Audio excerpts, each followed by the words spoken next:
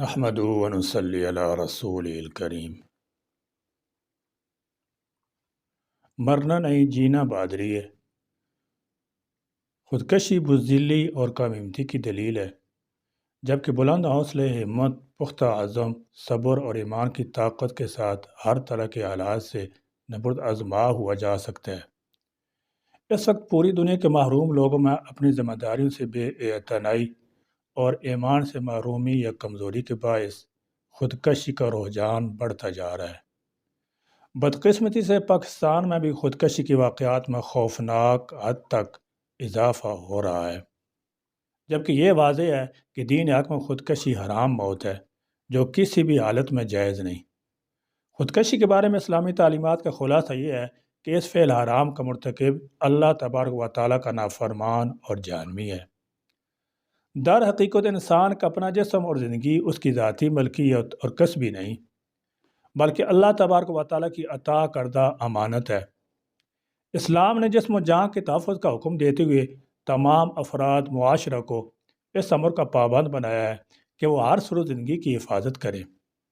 دکھ، پریشانیاں، مسائل اور آزمائشیں زندگی کا حصہ ہیں۔ ان میں سے بیشتر تو انسان کے اپنے اعمال، افعال، اقوال کی وجہ سے پیش آتی ہیں، جبکہ چند ایک خالق کائنات کی طرف سے آزمائش ہوتی ہیں۔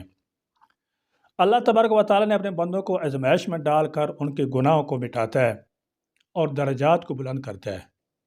جو لوگ آزمائش میں پورا اترتے ہیں اور اللہ تبارک و تعالیٰ کی رحمت کے سائے میں آ جاتے ہیں، اور جو ناکام ہو جاتے ہیں، ان میں سے چند خودکشی کو راہ نجات سمجھتے ہوئے اپنی زندگی کا خاتمہ کر لیتے ہیں۔ وہ نہ صرف اپنا اور اپنے اہل و عیال و خاندان کا دنیاوی نقصان کرتے ہیں، بلکہ اپنی آخرت بھی تباہ کر لیتے ہیں۔ بہترین انسان وہ ہے جو مشکل حالات کا جائزہ لے، مسائل اور پریشانیوں کے اسباب کو تلاش کرے، ان کا مداوع کرے، مشکلات کو آسانی میں بدلے اور اللہ تعالیٰ جل شان پر کامل توکل و بھروسہ کرتے ہوئے مایوسی کی بجائے صبر و رضا میں زندگی بسر کرے۔ قرآن مجید فرقان حمید کی سورۃ الانشراح میں تکرار کے ساتھ 2 آیات ہیں کہ بے شک ہر مشکل کے ساتھ آسانی ہے، تو بس اللہ پر یقین رکھیں کہ یہ وقت بھی گزر جائے گا۔ ہر شخص زندگی کو بھرپور انداز میں جینا چاہتا ہے، مگر زندگی میں کئی بار ایسے مقام آ جاتے ہیں کہ انسان تمام تر مثبت سوچ کو نظر انداز کر کے صرف اور صرف منفی خیالات کی رو میں بہتا چلا جاتا ہے۔ کبھی کبھار حالات ایسے بن جاتے ہیں کہ انسان نہ چاہتے ہوئے بھی جینے کی برعکس موت کی تمنا کرنے لگتا ہے، اور ایسے میں پھر بزدل انسان اپنی زندگی کو اپنے ہاتھوں سے ختم کرنے یعنی خودکشی جیسے کبھی عمل سے بھی باز نہیں آتا۔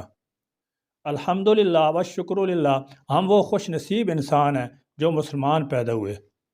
ہمیں وہ عظیم دین ملا جو ایک مکمل ضابطہ حیات ہے، مگر المیہ یہ ہے کہ ہمارے ہاں بھی اب خودکشی کے واقعات میں اضافہ ہو رہا ہے، جو بہت بڑا المیہ ہے۔ مسلمان معاشرے میں خودکشی المیہ نہیں تو کیا ہے؟ ایک رپورٹ کے مطابق تقریباً 25% افراد ڈپریشن، ذہنی دباؤ، دماغی بیماریوں میں مبتلا ہیں، جن میں زیادہ تعداد نوجوانوں کی ہے۔ ہمارے ہاں خودکشی کی وجوہات میں معاشرہ میں عدم برداشت، خانگی تنازعات، غربت، مہنگائی اور معاشی صورتحال، پڑھائی میں اچھے گریڈ نہ لانا، گھریلو جھگڑے، پسند کی شادی نہ ہونا، اور آج کل سائبر کرائمز کے ذریعے لڑکے لڑکیوں کو تصاویر یا ویڈیوز کے لیے بلیک میل کرنا وغیرہ وغیرہ شامل ہے۔ زندگی کے مسائل سے چھٹکارا حاصل کرنے کے لیے مختلف طریقے، آلات اور اشیاء استعمال کی جاتی ہیں، جن میں زہریلی زہری ادویات، رسی اور دوپٹوں کے پھندے، خواب آب اور گولیوں کے علاوہ آتشی اسلحے کا استعمال ہو رہا ہے۔ اقدام خودکشی میں زیادہ تر گندوں میں رکھنے والی گولیاں اور امونیا پر مشتمل بالوں کو رنگنے والا کالا پتھر استعمال ہو رہا ہے، جبکہ پورے ملک میں ان دونوں اشیاء کا غیر قانونی کاروبار اپنے عروج پر ہے، اور متعلقہ ادارے اس حوالے سے مجرمانہ خاموشی اختیار کیے ہوئے ہیں۔ ماہرین نفسیات نے خودکشی کی سب سے بڑی وجہ معاشی بدحالی قرار دی ہے۔ ماہرین کے مطابق تنہائی، چڑچڑاپن، شرمندگی، نشاور اشیاء کا استعمال اور ایسی باتیں جو شرمندگی یا تکلیف کا باعث بنے، انسان کو ذہنی بیماریوں کی طرف دھکیلتی ہیں۔ ایسے میں اہل خانہ کی توجہ اور ماہر نفسیات سے رابطہ ضروری ہے۔ ماہرین کا کہنا ہے کہ زندگی میں مخلص دوستوں کا ہونا بھی ضروری ہے، چاہے وہ زیادہ نہیں تو ایک دو ہی دوست کیوں نہ ہوں جن سے آپ دل کی ہر بات کہہ سکیں، کیونکہ جب دل پر مسائل، مشکلات اور پریشانی کا بوجھ بڑھ جاتا ہے تبھی دماغ آپ کو زندگی اور موت کی کشمکش میں مبتلا کر دیتا ہے، اور دماغ ایسے کیمیکل پیدا کرتا ہے جو آپ کو خودکشی کرنے پر اکساتے ہیں۔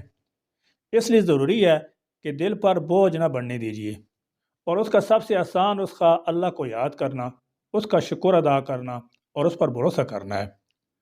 خودکشی اسلام میں حرام قرار دی گئی ہے۔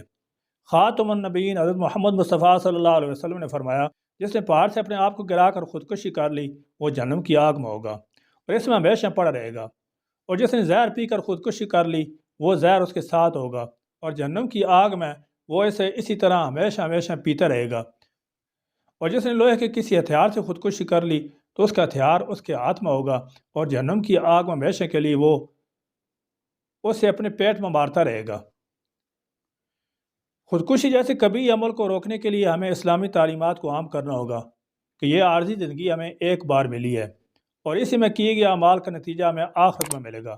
ہمیں زندگی کی اہمیت کو اجاگر کرنا ہوگا، دوسروں میں مثبت سوچ پیدا کرنی ہوگی، امیدوں کے دیے جلانے ہوں گے۔ یہ کسی ایک کی ذمہ داری نہیں بلکہ معاشرے کی ہر فرد کا یہ فرض ہے۔ ہمیں ان اسباب کا بھی سدباب کرنا ہوگا جن کی وجہ سے لوگ اپنی زندگی کو خاتمہ کرنے پر مجبور ہیں۔ ہمیں اپنی نوجوان نسل کو یہ احساس دلانا ہوگا کہ دنیا کی سب سے قیمتی شے اس کی جان ہے، اور ہمیں خود کو ہر حال میں زندہ رکھنا ہے۔ خود کو زندہ رکھنے کی چاہ میں ہی انسان جنگلوں سے نکل کر اس جدید دور تک آیا، لیکن مایوسی اور عدم برداشت کی بدولت آج انسان اس زندہ رہنے کی چاہ سے محروم ہونے پر تلا ہے۔ خودکشی کو روکنے کے لیے لمبے چوڑے وعظ، کانفرنسیں اور میٹنگ کرنے کے بجائے اگر زندہ رہنے کے جذبے کی آبیاری کی جائے تو بلا شبہ خودکشی کو جڑ سے ختم کیا جا سکتا ہے۔ وما علینا الا البلاغ۔